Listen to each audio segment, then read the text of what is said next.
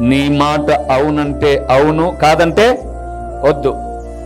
అవునా అంతే, కాదా కాదు. ఎందుకు లేనిపోంది?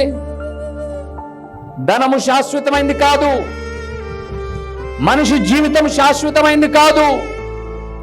మనం చేసేది మన పిల్లలకు శాపం కాకూడదు, మనం చేసేది మన కుటుంబాలకు శాపం కాకూడదు, ఊరి కాకూడదు. అందుకే పెదవుల వలన మాట ఎలాంటిదట? అపాయకరమైన ఉరి. వద్దమ్మా, ఆవేశపడమాకండమ్మా. మీ భర్తలు మంచోళ్ళై ఉండొచ్చు, లేదా సహోదరులారా మీ భార్యలు మంచోళ్ళై ఉండొచ్చు. మీ నోటి వెంట ఎటు పడితే అటు మాట్లాడమాకండి. కవర్ చేసుకుందామని అబద్ధాలు సృష్టించగాకండి. మన దేవుడు సత్యవంతుడు, ఆయన చూస్తూ ఉన్నాడు. జీవము గల దేవుని చేతిలో పడుట ఒకరోజు చాలా కష్టంగా ఉంటుంది.